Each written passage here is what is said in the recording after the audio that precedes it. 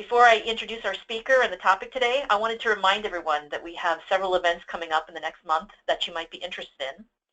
Next Thursday, September 8th, we have a monthly program at Alliant International University's Beach Street campus in San Francisco called Trim Fat and Boost Performance with Damn Good Job Aids, presented by Joe Halpin and Russ Powell. This program was a big hit with our North Bay gig, and we're bringing it back for an encore. On September 20th, our North Bay gig is putting on a program called Talent Development in the Wine Business with Kathy Reddick from Jackson Family Wines, which is being held at the Jackson Family Winery location in Santa Rosa. So I am pretty sure there will be adult beverages involved.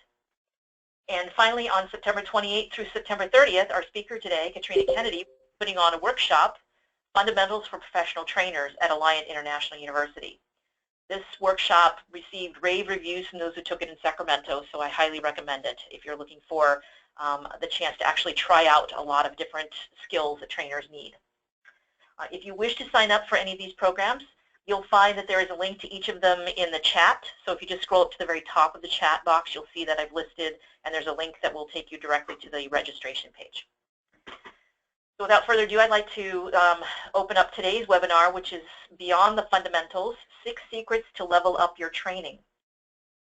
Our speaker today is Katrina. Katrina is known as the trainer's trainer for her interactive, learner-centered approach.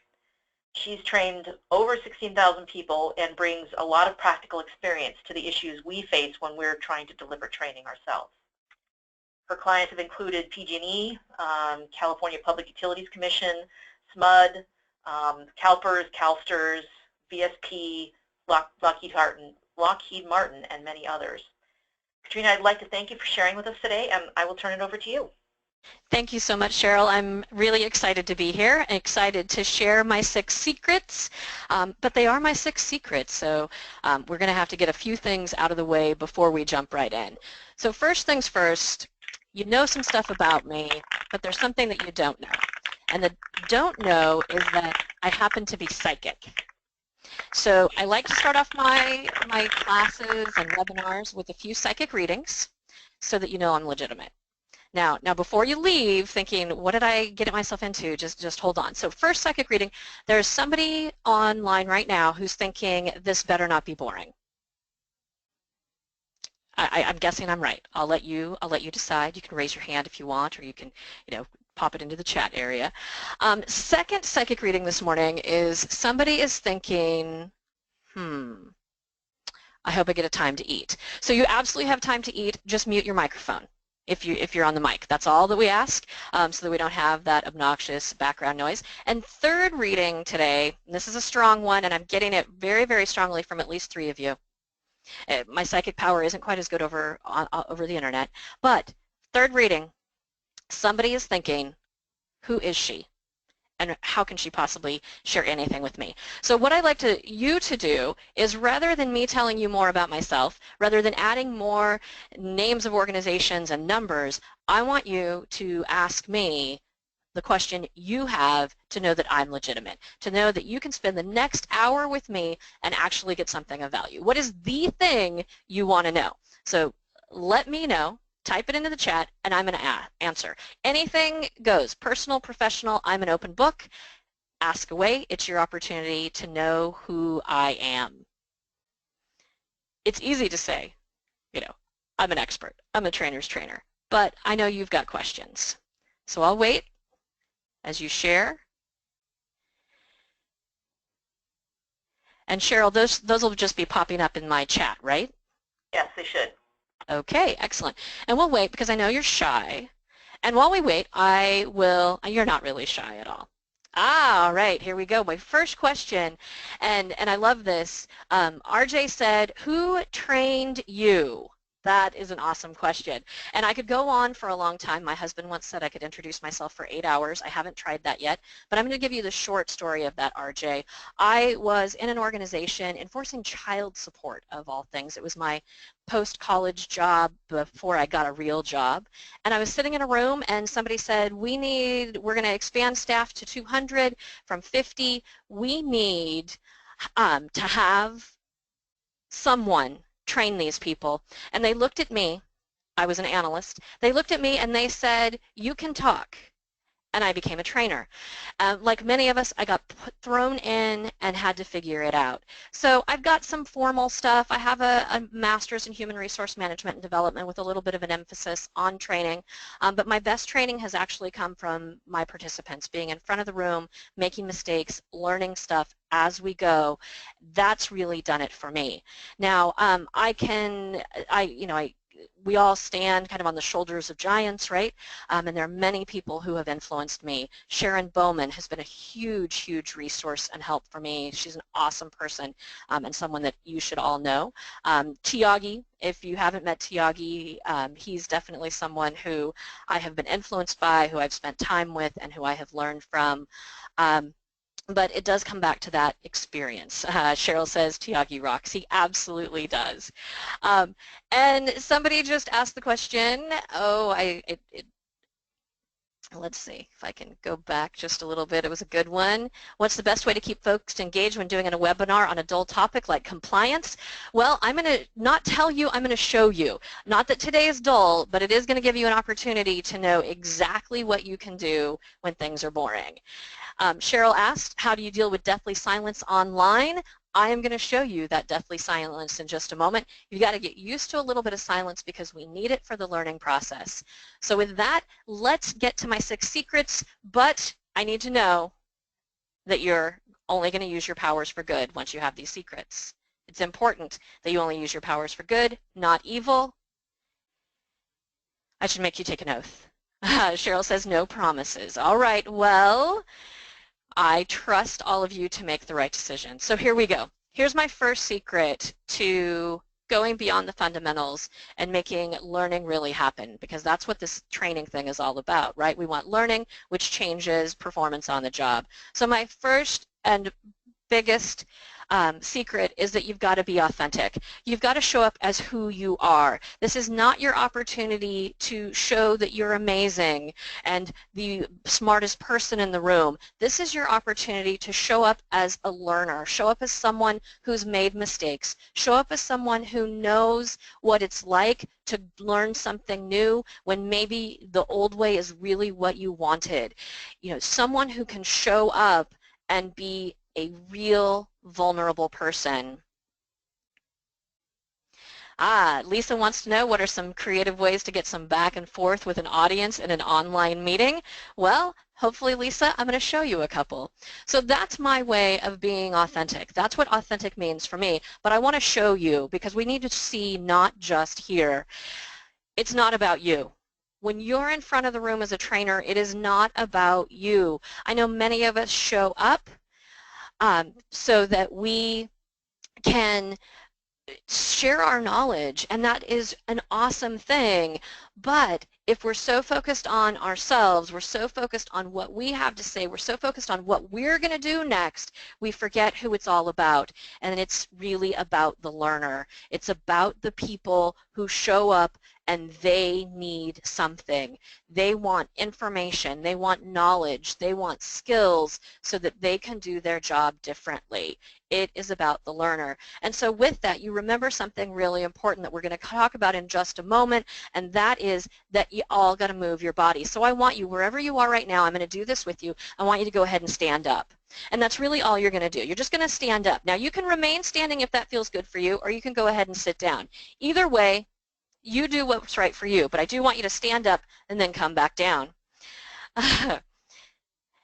Absolutely. Chelsea is one of the learners in the picture. The first arrow is pointed to her. She showed up as a learner in Sacramento at the fundamentals program I do for Sacramento, and what an awesome learner, and she's the connection that's bringing me to Golden Gate. That second arrow you'll see is someone that you're going to hear about again.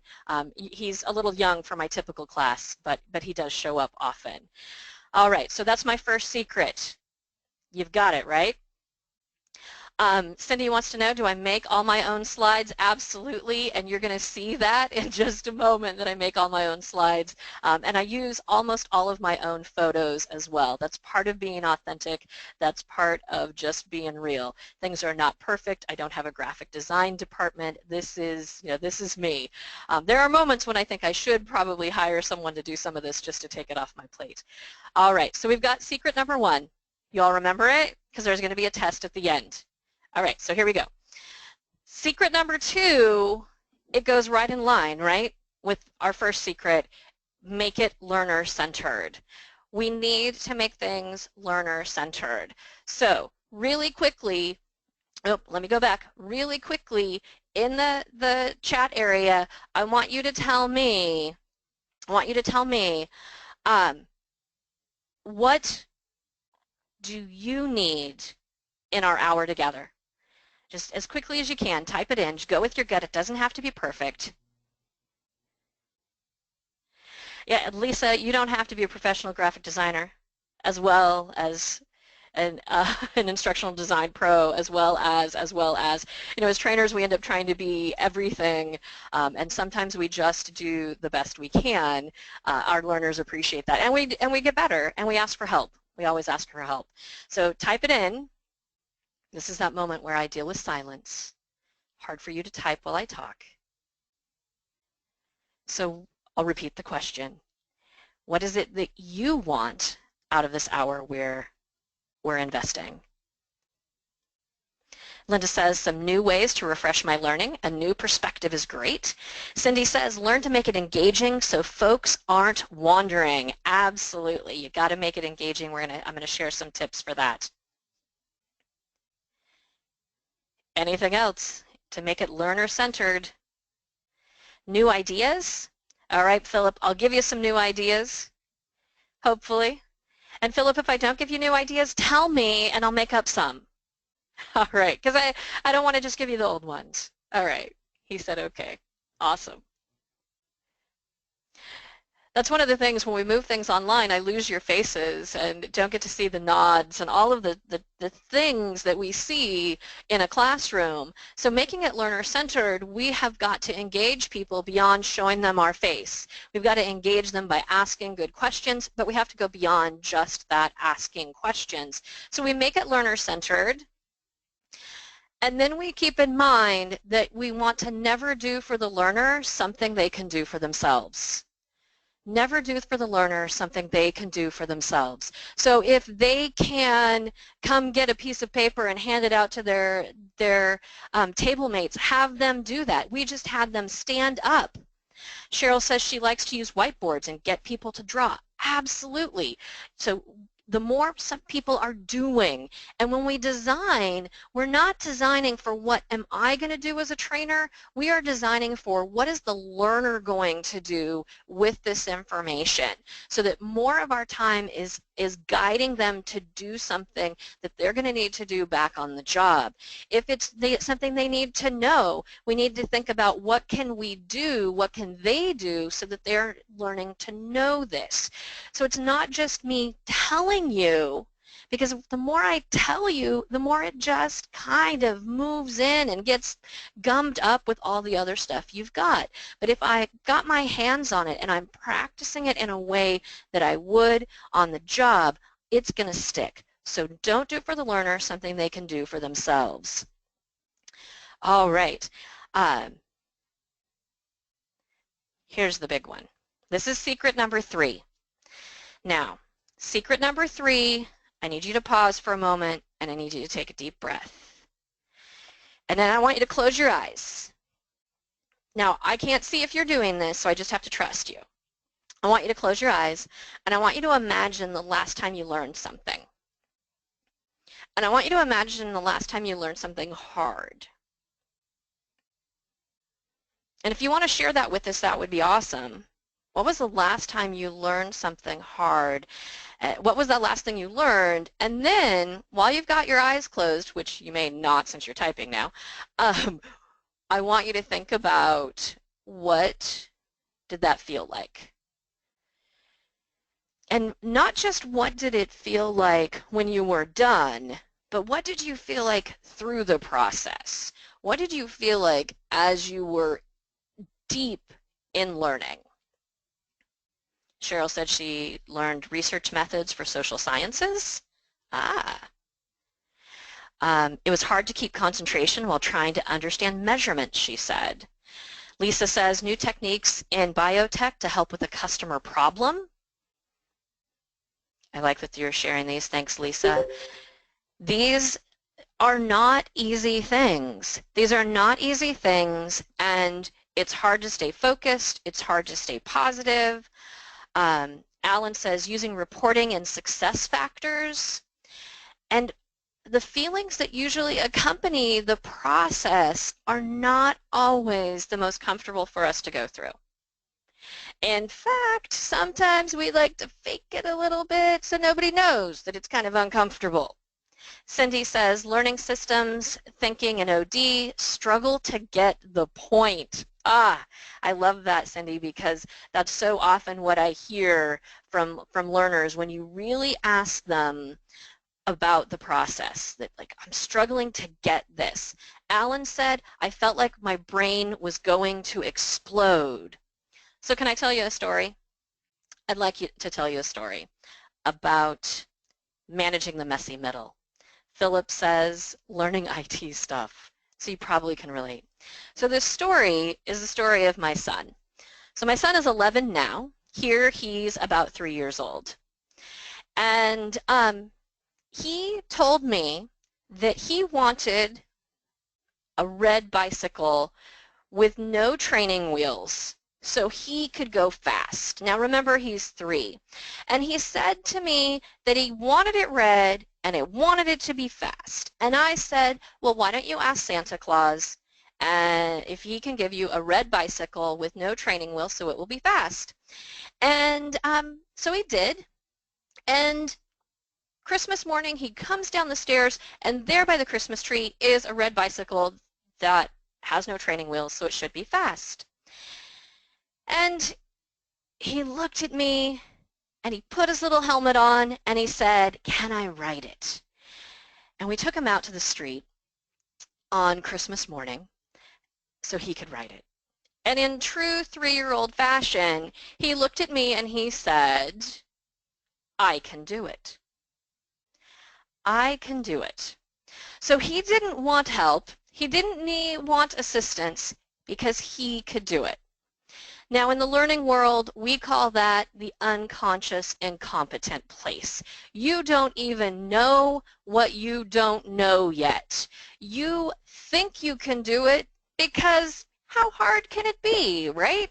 It's red, it'll go fast. So we didn't help him. We did what he asked, and he put his little body on that little bike, and you know what happens next. He met the pavement, and immediately he is conscious, thank goodness, of his incompetence. Now he knows what he doesn't know. Have you been there? Have you been in that place where you suddenly are aware of what you don't know? Now, Lisa just said too much information to sort, needed to write it all out to organize it, and as that information comes in, that's that place where we go, I'm conscious of my incompetence. Now, here's where we, as learning and training professionals, Alan said he did the same thing on a moped when he was 23. So Alan can then relate to what I'm going to share next, which is we've got to get to conscious competent, right? In order to get on the bike and make it go, or the moped and make it work, we have got to get back on it and figure it out.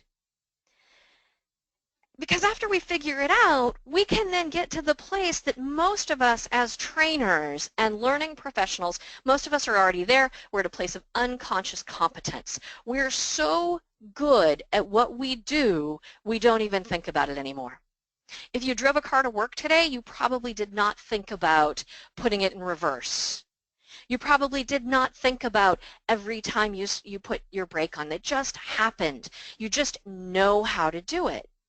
Now that space between conscious and competent and conscious competent is what my friend Brene Brown calls the messy middle. That's the place that we as trainers, we as learning professionals, that's the place that we help manage. Because what does it take? And just shout these out in the chat area. What does it take to get from conscious incompetence, that place where we're falling over without training wheels, to the place of conscious competence? All right, I hear practice, I see here structure, I hear checklists. Now I'm looking for many of them. Trial and error, keep them coming because there are more. Mistakes, absolutely. What else? There's more to this. Trial and error, checklists, mistakes, practice, questions, absolutely. Some of the things we need there, new information, Alan said, absolutely. Mishaps, we need support. We need coaching. We need a checklist of that new information so we know the steps that we go through. The messy middle is absolutely, absolutely critical when it comes to learning. We can't get out of it. It's there. It's ours. We got to own it. And when people get frustrated, when people disengage, it's typically because they've hit this messy middle and they don't have the things that they need. Now, for my son, somebody almost always says he needed training wheels. Exactly. He needed support. He needed a push, which is coaching. He needed encouragement. But most of all, and this is the tricky one, he needed motivation. He needed to know there was something in it for him to try. He needed to know that there was a reward at the end, that it was going to make things easier than his current situation was. Now, in the fundamentals class, I'll tell you the complete story of exactly how long he was in the messy middle because it was somewhere near 7 years. And I'll tell you more of that story. But for now, I think you get the point that that messy middle place is a tough place to be. And that's what we're managing very often when we're teaching and training people in very complex topics. So we've got that messy middle. Someone already said it. My next secret, you got to let them practice. That is absolutely essential to learning. We've got to practice in a safe environment where it's okay to make mistakes so that we can learn from those mistakes. If we don't practice in that safe environment, then we go into the workplace, we're fearful of really screwing things up, and we're reluctant to change our behavior. So we suddenly go back to the behavior we were always using, which may not be the one that is compliant with current law or policy or procedure. And sometimes we just keep doing that and nobody notices and there's no repercussion, and that's a whole other subject for another time. So we've got to let them practice. Now what happens in training and learning and in our organization so often is that we believe because we've said something, people should be able to do it, right? They're adults. Say it, they should be able to do it. Well, my friend Dorothy Leonard from the wrote in the Harvard Business Review that people develop an illusion of competence without practice. So I tell you something in the training environment, and you go, oh, okay, I get that. I can put my head around it. And you leave with an illusion of competence. And then within those next 30 days, you never practice. You never do the thing that we just told you about. Now you get into the real environment. You think you know what you're doing, so either go screw it up or you come face to face with it and you realize you can't do it at all. So we don't want to develop an illusion of competence. We want people to have true competence by truly practicing. All right, so I need you to do something for me again. I need you to stand up.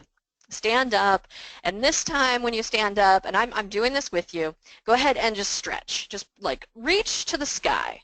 Reach to the sky, and as you reach to the sky, I want you to think about 3 things that we have already said. Maybe somebody else said it, maybe I shared it, maybe it's something you saw.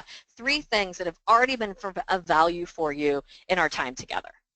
Just 3 things. Just think about them. Think about them.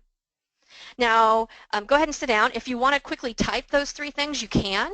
That'll help you remember them. That'll help you solidify them. 3 things, just quickly. But I hope you got that stress, or that stress. I hope you got that stretch. Hopefully not too much stress. We can only do so much stress in our learning environments. Practice, practice, practice. It's not about you. It's all about the learner. That's from RJ. Cheryl says messy middle. Lisa says illusion of competence, messy middle. Movement in and out of the messy middle. Yeah, that messy middle. Oof. Got to go through it.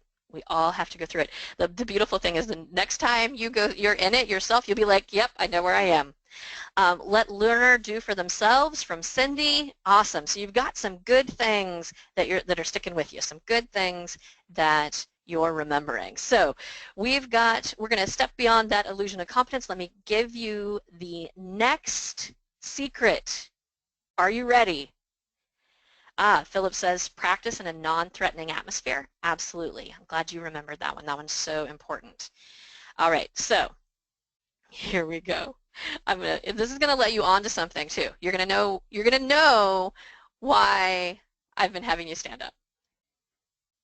Next secret, 8 magic minutes. Yes, there is magic behind the 8 ball.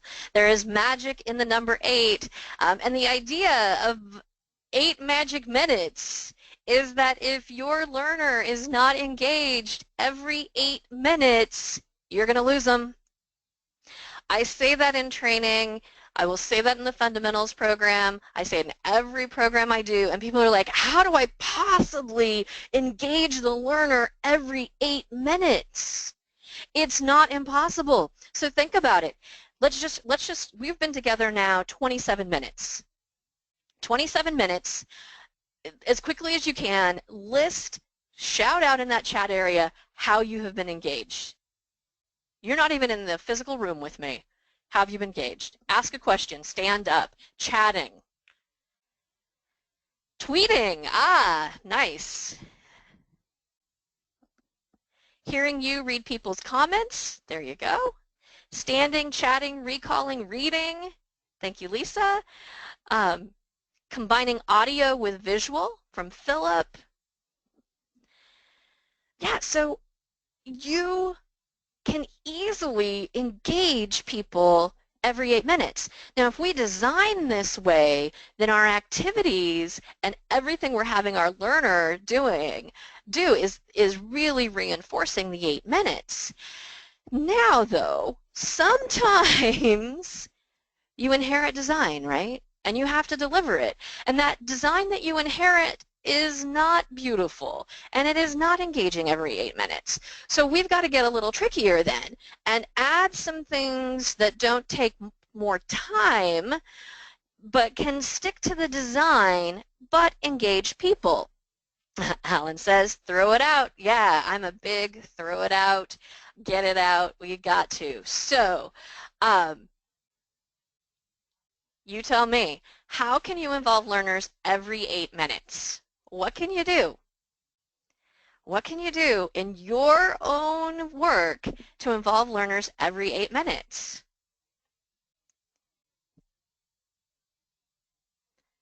Now you can cheat and use some of the things you already said. Go ahead and shout them out. Add surveys, polls, or questions. That's an absolutely awesome way to do it, and you can do that whether you are doing it online or you are doing face-to-face. I am loving lately using the app Socrative. My learners love it. It's phone-based, it's internet-based, so as long as you have some kind of Wi-Fi connection, move to an ask, don't tell way to deliver new information from Alan. Absolutely. Cheryl says, I'd like to do classes that move around a space. Absolutely. I borrow from Sharon Bowman's concept centers, where you actually divide sections of your class into concept centers and people move through them. That is one of my favorite things in the fundamentals class. That's something that we'll be doing. Getting them to draw. Cheryl, I hope you've got paper because we're going to do a little of that in just a moment. Philip says group work, absolutely, and we balance that group work with individual work, with paired work, so that we really are hitting what everybody needs. Not everybody likes to work in a group, but we've got to some. Not everybody likes to work alone, but we've got to some, and that helps us get to that 8 minutes. So go ahead and grab something to write with, whatever it might be. Philip also says mini presentations, awesome. I like those as teachbacks where people actually teach the content, so I'm not. Lisa says, I work with scientists. They expect a certain format. How do you break that seminar mode expectation? Lisa, that's such a good question. I spend a lot of my time in the energy field and a lot of the time with scientific type people in state environment, and one of the things that I do is I just do it differently. And if you just engage them right up front, tell them we're going to do this differently, but you're going to walk away with learning, and then at the end you show them and they can feel what they learned, then you're gonna win them over. Most people, once that you bring them on board interaction and interactivity in a safe, comfortable, and meaningful way, they're going to be on board. But it absolutely is a little cultural shift, so you may have to do it in small amounts first before you make a big, big change. It's a little bit easier for me as an external to come in and like throw things into a little bit of a dither. All right, Cheryl says teachbacks, her favorite. Mine too, absolutely. Alan says, oh, I love this. Alan said, Lisa, let them show off. I like that. People love, especially scientists, love to show you what they know. So you just structure it in a way that they are able to do that in a meaningful way, and you actually then do a little bit of classroom management and don't have some of the conversations that can go on for quite so long. All right, so how can you involve learners every 8 minutes? I want you to write these down. Here you go. Fill in the blank lecture. This is the easiest way to take something dry and boring and make it more interesting. So you just have your lecture as a handout, take out all the keywords, have people pair up or work in a group to fill in the blanks. You can put the words at the bottom if you want. And now we have something that's more meaningful. People can ask questions after it's over. The second thing that I want you to write down is reflective writing, where we simply just take a moment and ask people to write down what they recall. Write down what was important. Write down what words stood out for them. We actually know from brain science, from the learning process, that simply stopping and asking people to reflect, whether it's in writing or just in their head, is going to help retention. And you know, that's what we're in the business of, right? We want people to retain so that they can transfer to the workplace, so that can transfer to performance. So taking that time, stopping and letting people write. Third one, stand up and share. This is another one that helps with the every 8 minutes. So stand up, turn to someone nearby you, share something that you recall. Stand up, turn to somebody and share something that you have a question about, so that we get people thinking, moving, and having those conversations. What I love about these second two on the list is that you could do these into the driest, most boring, mandated content you ever have to deliver, because you're not really changing the design. You're simply just stopping and saying, okay, take 30 seconds and let's do some reflective writing. Take a minute, stand up and share. All right, data hunt. This is a favorite of mine as well. You give people concepts, ideas to look up. You either give them the manuals if you're still hanging on to paper manuals, or you send them to a specific websites to find it. You send them to specific places online, internal or external, where they go find that information for themselves. So they're looking for it. You make it easier, but you don't make it completely easier, keeping in mind that we don't want to do something for the learner they can do for themselves. And then provide graphic organizers, things, mind maps, flow charts, things that allow people to put information into a structured format.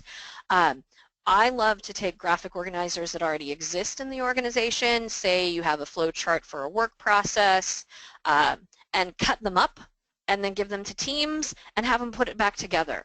And have them do that before you've actually introduced the content, before you've actually told them anything. So part of what they're doing is exploring, well, how would this process work? And how does it work? And then if you've got experts in your group, they're actually able to help add their expertise, and you get some more honest, real questions with your group that then deepens their understanding of the concepts you're going to want to impart. Whew, wow, I think I just did that without taking a breath. Did it sound like it? Hopefully not. Alan says, yay, I love the idea of having them do the review first. There is such great research behind that too, Alan. In the book Make It Stick by Peter Brown, it's one of my favorite books. It's one that sticks by me all the time. They actually share this great example in education of quizzing kids before they are introduced to a topic, and then with no risk, no grade, and then after, and their grades actually go up. I had my husband, who's a science teacher, do his own little study this year, or last year with his students, and he found the same thing as well. So we review and then give them the stuff, and they learn more. Cheryl says you could also use graphic organizers that are developed in class and share with all participants. Absolutely. Cheryl also says have them draw and then send the map or process flow or whatever they created to represent what they have learned. Those are perfect. So anything that we can do to really get our learners doing something with the content we're trying to get across to them, the more they're engaged with it, the more they're going to walk away with. All right. So my last secret. Can you believe it? My last one. Now this is a big one because this is my absolute secret sauce. Now being authentic, I think, is like kind of what drives me. It's what helps me like wake up in the morning and do this thing for the almost 20 years I've been doing it. My secret sauce though, if I only had one tool and you gave me the most boring content ever, this is the tool that I'd want. So in order to do this, I'm going to need you to grab a piece of paper. Now 8.5 by 11 is going to be perfect, but whatever you have will work. It can be the back of something. You just need like one side to really write on. And I'm going to see if I can just do this without, I was going to show you my face. Do you want to see my face? I don't know. Well, probably I'm going to screw it all up if I show you my face. Oh, here we go. Let me get back there. See, I told you I was going to mess it all up if I tried to show my face. So I'm not going to show my face. We're going to do this with verbal directions, but I think you can do it. All right, so you're going to take that sheet of paper, and I want you to fold it in half. Hamburger or hot dog style, either way is fine. So fold it in half, and then you're going to fold it in half again. And when you open it up, you should be able to hear my paper because I'm folding with you, even though you can't see me. So now you've got 4 squares on this paper. All right. I like to call this instructional origami. I have not trademarked that yet, but I should. All right. So instructional origami is what we're doing. So you've got those 4 squares. You're going to need something to write with. In that first square, upper left-hand side, I'd like you to draw the eyes, please. So draw the eyes. I'll give you a moment to do that. They don't have to be perfect. They don't have to be exactly these eyes. Just draw some eyes. And once you've drawn those eyes, I'd like you to write the word what. What. Now, you've all asked questions before in training, right? You've all asked questions and had that silence occur. That time that nobody says anything and they just look at you. And it feels horrible, and it doesn't get done what you want to get done. So we have to ask things differently. We have to ask questions that start easy to get hard. We've already thought as trainers, we've already thought about the process of an exercise or the learning points of what someone has just done or the takeaway from the video, whatever it is, we've already thought about it. Our learner has not. So we've got to step back, slow down, and give them a format. Now this format, I have to tell you, will work in to review exercises. This will review to introduce exercises. This will work beautifully in a meeting. It's actually a facilitation technique. It would work in your personal life. In fact, I encourage people to practice there. So practice after you go see a movie, go through these questions, and then it'll just translate into your work easily, and you'll find yourself asking these questions all the time. All right, so first question is what? That's the first box. Let's go to the second box. In that second, or that first box, I'm getting ahead of myself here. In that first box, the question we might ask is, what did you notice during the exercise? So the what question gets to, what did you see? What did you hear? What did you taste?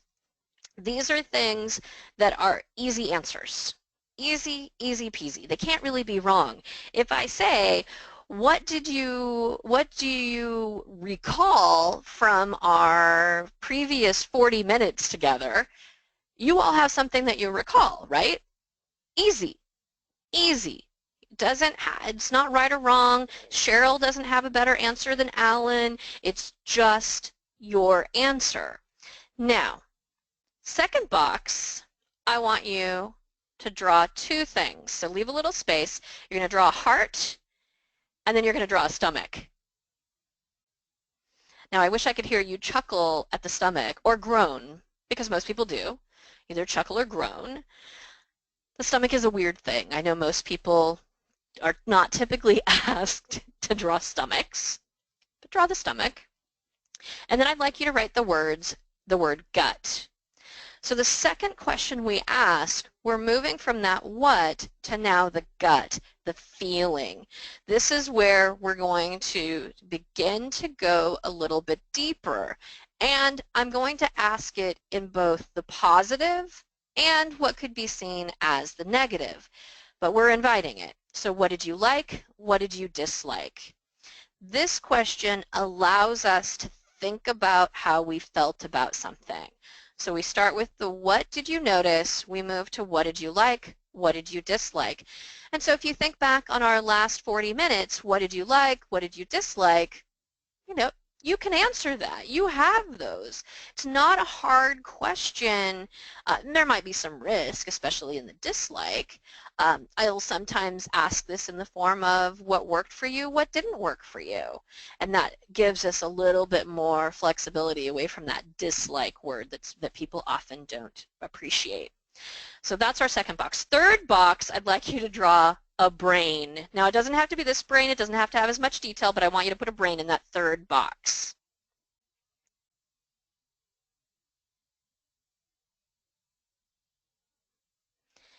And that third box, you're going to write the word, so what? So what? I love this question. This is the question that many trainers want to start with. So we go through an activity, we go through an exercise, or we're wrapping up at the end of the day, and we say to our learners, so what did you learn today? And you get deathly silent. But if I have said, so what do you recall from today? If I say, what words or ideas stood out for you today? Then I say, what did you like about it? What did you dislike about it? Now we're engaging all of our learners in a very thoughtful conversation that preps their brain for the so what question. So at the so what, we ask, what did you learn from this?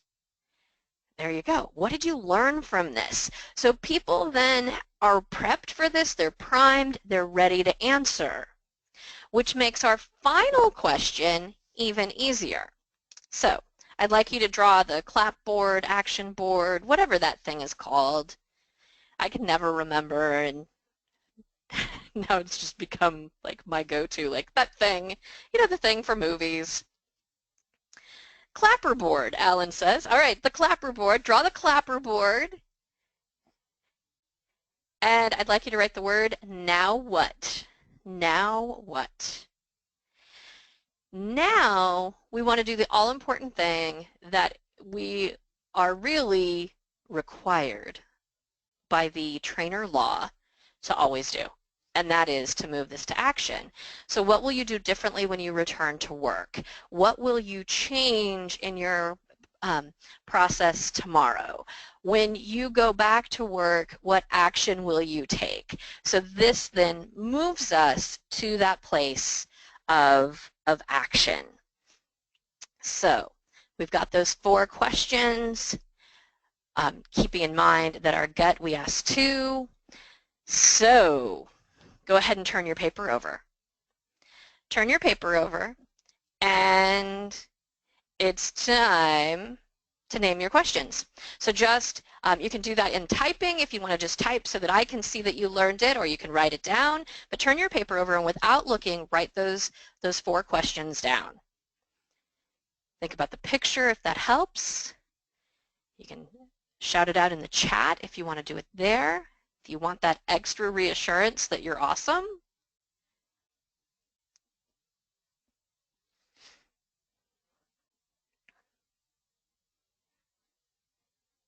This is that silent moment that someone asked me about earlier.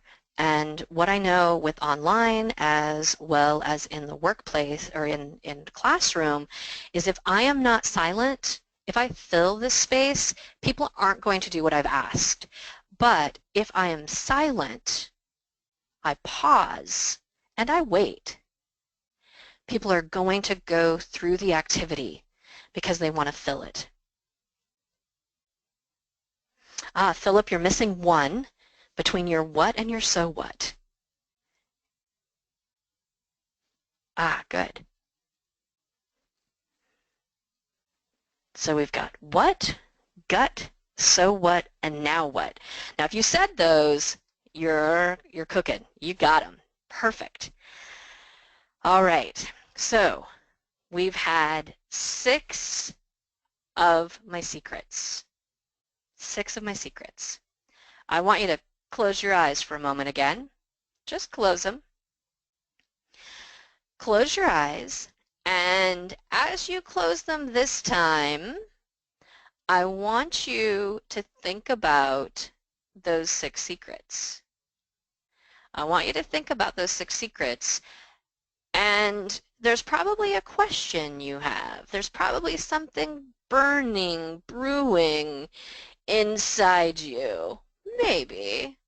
So now's your time. Now's your time. Burning questions about any of the 6 secrets. Throw them out. Put them in that chat area. Let me see those 6 secrets. I was going to show you my face for this whole time. I'm glad I didn't because my nose has been itchy the entire time. Would not have been pretty.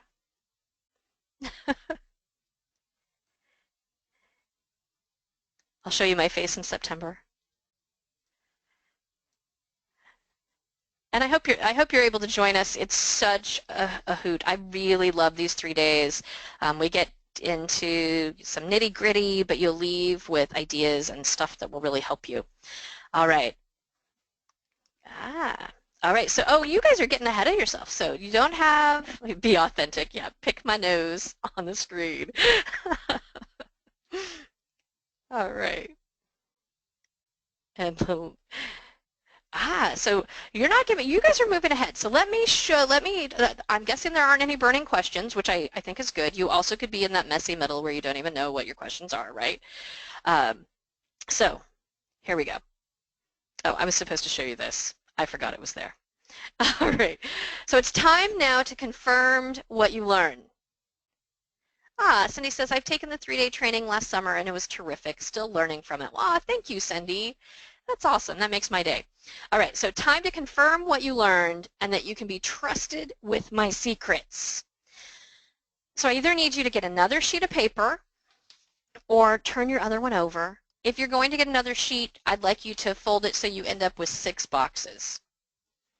Now, if you want to completely ignore that, you can and just do it your own way. And here's how I'm going to deal with long silence. I'm actually going to create a minute and 30 seconds of long silence. And in that minute and 30 seconds of long silence, here's what I want you to do. In that paper that you have now folded to have 6 squares, so for those of you who are trying to figure out how to do that, fold it in half and then do 2 folds. So fold it in half and then 2 folds and you end up with 6 squares. I think I need to publish an origami book. What do you think? Instructional origami, all the folds, all the ways to use it. So you end up with 6 squares. And in each of those squares, I'd like you to write one of the secrets. Write down one of the secrets and anything that you can remember about those secrets. I am going to go quiet, and I'm going to give you a minute. Let's see if we get it to go. Oh, give you a minute and 30 seconds. Go.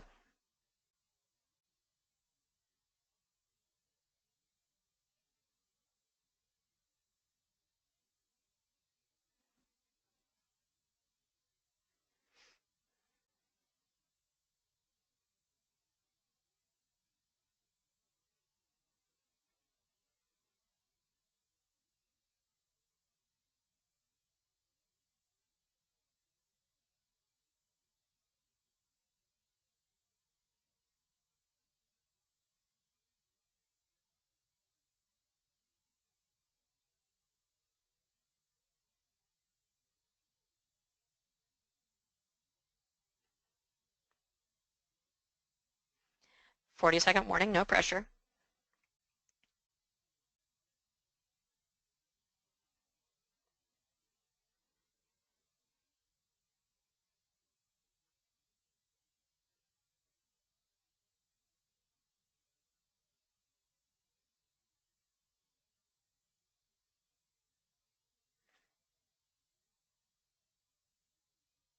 15 seconds to get them all in there or to go see Alan's tweets.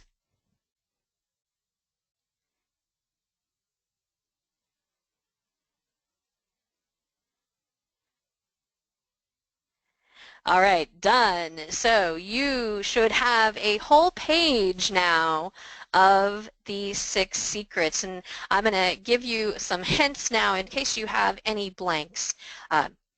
See if you can remember. Just type it in if you remember it. Our first secret, you might recognize Chelsea, and there's my son. Cheryl, I like your take on that secret. It's not about you. That's probably even better than be authentic, which is the secret I was going for, but I like Cheryl's. It's not about you. I may have to change that. So Cheryl, thank you for redefining my 6 secrets. All right, next up, here's your clue. That second one, what is that second secret?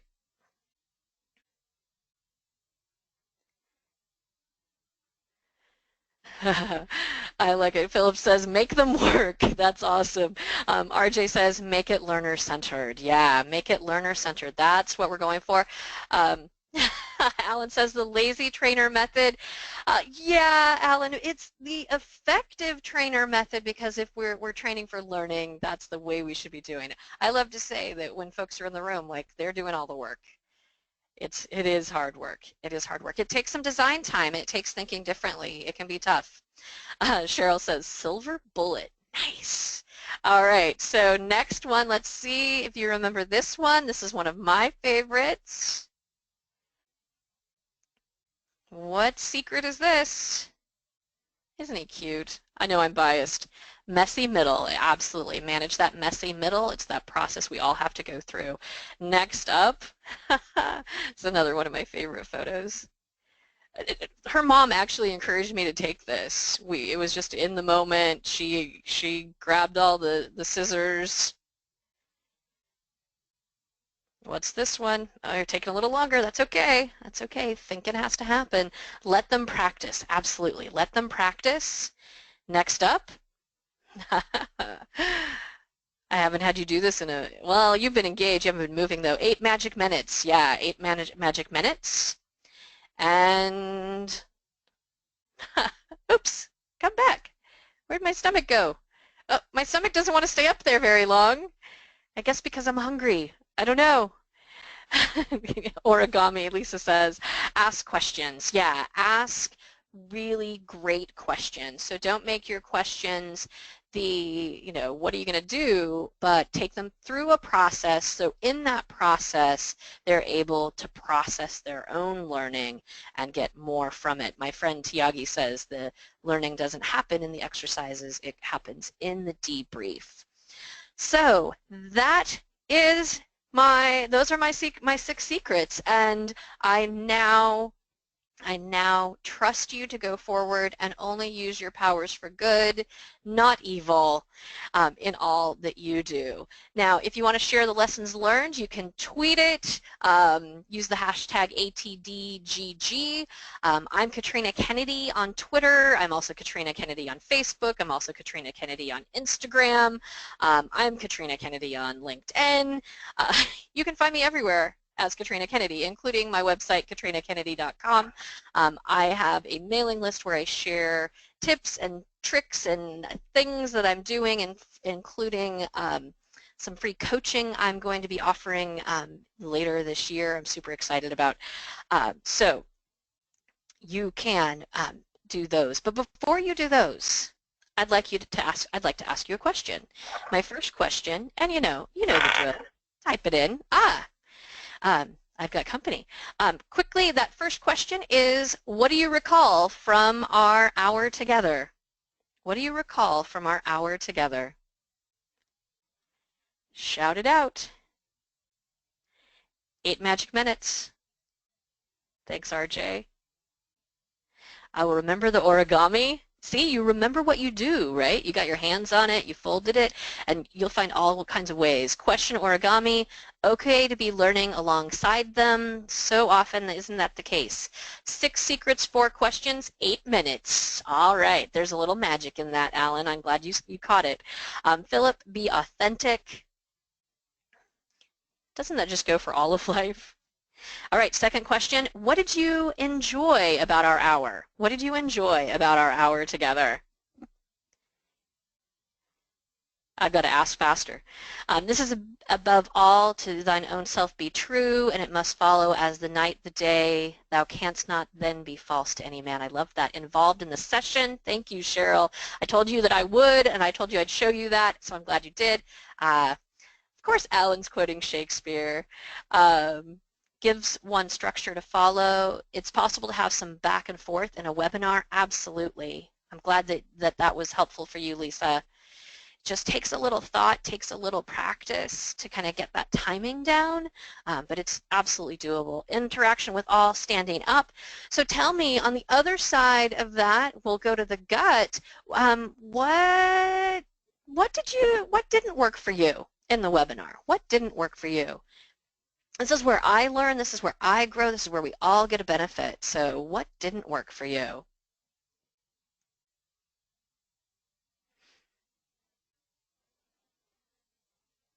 More practice. Absolutely, Cheryl. Yeah. Always, always more practice.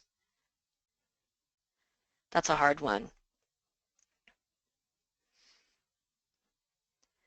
Nothing springs to mind. I tried tweeting and responding and listening and a bit of an overload. Yeah, we can only do so much at one time, Alan. Shorter time than I thought. The time flies. It absolutely flew. So I hope that you can join me for our 3 days together so that the time won't fly quite so fast. It'll fly because you're going to be having some fun. You're going to be learning a lot. You're going to get your hands on all the time. You're going to actually see me have to practice what I preach. Next question is, so what are you going to do differently? I'm combining 2 questions for time. So what are you going to do differently tomorrow? So what are you going to do differently?